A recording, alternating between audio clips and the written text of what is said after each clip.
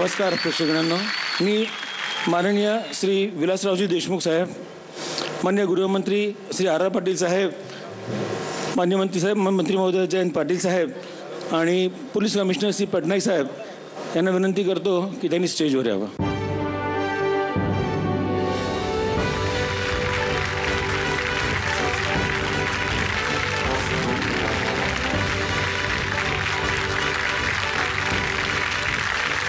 मी माननीय गृहमंत्री महोदय श्री आर पाटील साहेबांना विनंती करतो की त्यांनी श्री विलासराव देशमुख साहेबांचं पुष्पगुच्छ देऊन स्वागत करावं. त्यासोबतच मी मंत्रिमंडळाला विनंती करतो की त्यांनी माननीय जयंतराव पाटील साहेबांचं देखील गुच्छ देऊन स्वागत करावं. पोलीस कमिशनर श्री पटनाईक साहेब यांना विनंती करतो की त्यांनी माननीय गृहमंत्री महोदयांचं इथे आल्याबद्दल स्वागत करावं. आपल्या सर्वांच्या मी अत्यंत आभारी आहोत सर. मुंबई आणि महाराष्ट्राच्या सर्व पोलीस दलाला दिवाळीच्या मनपूर्वक मी शुभेच्छा देतो. या मुंबईचं संरक्षण करण्यामध्ये आपल्या सर्वांचा हात आहे.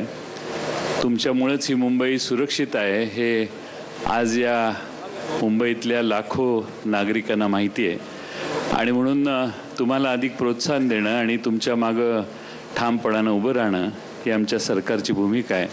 आज आपणा सर्वांना, आपल्या कुटुंबियांना ही दिवाळी येणारी आणि येणारं नवं वर्ष पुढच्या वर्षीचं हे सुखाचं, समृद्धीचं आणि भरभराटीचं जावं अशी शुभेच्छा मी देतो. आज मला अतिशय आनंद आहे की या आपल्या सर्वांच्यामध्ये मला उपस्थित राहता आलं. आज दिवाळीच्या निमित्तानं ही संगीत रजनी आपल्या सर्वांच्यासाठी ठेवलेली आहे. वर्षभर आमच्या पोलीस दलातले लोक सतत कष्ट करत असतात, तणावाखाली असतात. अनेक वेळा त्यांना रजा मिळत नाही आहे. कुटुंबियाच्या सोबत एखादी सुंदर संध्याकाळ घालवता येत नाही आहे. या सर्व गोष्टीचा विचार करून पोलीस दलाने एक चांगली परंपरा इथं सुरू केली. त्याचं स्वरूप दिवसेंदिवस बदलत चाललेलं आहे. आता आपण एका मोठ्या जागेमध्ये आज आलेले आहोत आणि म्हणून मला खरोखर आर पाटलांना धन्यवाद दिले पाहिजेत की एक संवेदनशील गृहमंत्री असं मी त्यांचं वर्णन करेन. पोलिसांच्या कल्याणाच्यासाठीच्या अनेक योजना अतिशय आग्रहानं राबवण्याचं काम ते सतत करत असतात. ज्या योजना राहिलेल्या आहेत त्याची सतत आठवण करून देत असतात. त्या पूर्ण व्हाव्यात म्हणून ते प्रयत्न करत असतात आणि म्हणून एक संवेदनशील मनाचा गृहमंत्री या विभागाला लाभला, त्याचा आम्हा सर्वांना आनंद आहे. फारुख पटनाईक हे आता आपल्या मुंबई पोलीसचे कॅप्टन आहेत. लातूरमध्ये आमच्या पोलीस अधीक्षक म्हणून त्यांनी अतिशय उत्तम काम केलं आणि जिथे जिथं ते गेले, ज्या ज्या पदावर गेले तिथे त्यांनी आपला एक आगळं वेगळं अशा प्रकारचं अस्तित्व त्यांनी निर्माण केलं आहे. आज या पोलीस आयुक्त म्हणून ते काम करत आहेत. आम्हा सर्वांना त्याचा आनंद आहे. आमच्या हार्दिक शुभेच्छा असतील. मुंबई ही आपली आंतरराष्ट्रीय दर्जाचं शहर आहे आणि सतत काही ना काहीतरी तणाव या शहराच्या भोवती सतत असतो आणि पुढचं येणारं वर्ष हे आपल्या सर्वांच्या सुखासमाधानाला जावं, परंतु मुंबईकरांना खास करून कसल्याही प्रकारच्या दहशतीच्या सावटाखाली मुंबईकरांना जावं लागू नये अशा प्रकारचं ईश्वराने आम्हा सर्वांच्यावर एक आशीर्वाद द्यावेत अशा प्रकारच्या अपेक्षा व्यक्त करतो. आपल्या सर्वांना दिवाळीच्या आणि नव्या वर्षाच्या हार्दिक शुभेच्छा देतो. आपल्या सर्वांच्यासाठी हे वर्ष सुखाचं, समाधानाचं आणि शांतीचं जावो अशी शुभेच्छा देऊन मला बोलवल्याबद्दल आपले आभार. धन्यवाद. जय हिंद, जय महाराष्ट्र. मी जुने ऋणानुबंध कायम ठेवून आज दिल्लीमध्ये महत्त्वपूर्ण बैठक असतानासुद्धा CPंच्या आमच्या विनंतीला मान देऊन आज पोलीस कुटुंबियांच्या आनंदामध्ये सहभागी होण्यासाठी आलेल्या विलासराव देशमुख साहेबांचं मी मनापासून स्वागत करतो आणि हे सन्मान, हा जिव्हाळा ह्या दलाशी नेहमीच ठेवावा हे विनंती करून त्यांचे आभारी मानतो.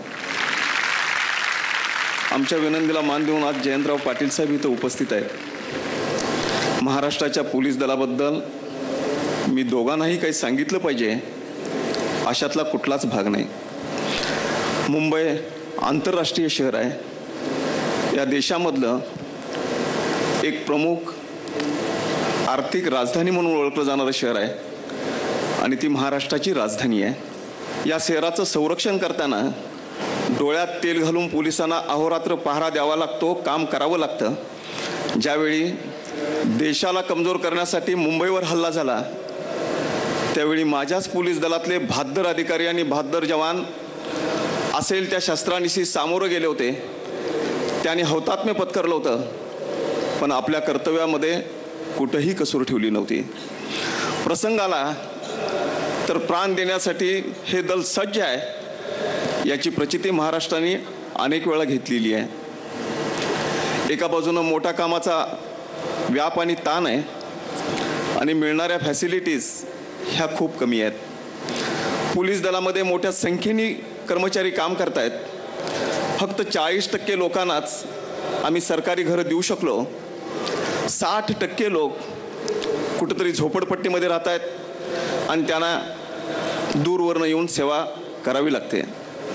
ज्यांना घरं दिलेली आहेत त्यांच्या घराची अवस्था मी आज काही ठिकाणी जाऊन बघितली, अत्यंत दुरावस्था आहे. त्यासाठी आजच सरकारच्या वतीने दिवाळीच्या तोंडावर मी एक निर्णय घोषित करतो की पुढच्या वर्षामध्ये गृह विभागाला जो निधी प्राप्त होईल त्यातले 100 कोटी रुपये महाराष्ट्रातल्या पोलीस दलातल्या घरांच्या दुरुस्तीसाठी खर्च करण्यात येतील. असलेली घरं ही चांगली करण्यात येतील. खरा प्रश्न निवृत्तीनंतर येतो. निवृत्त झालं की 3 महिन्याच्या आत CPचं नोटीस जातं. ज्याची नेमणूक केलेली आहे त्याला घर देणं आवश्यक आहे, तुम्ही घर खाली करा.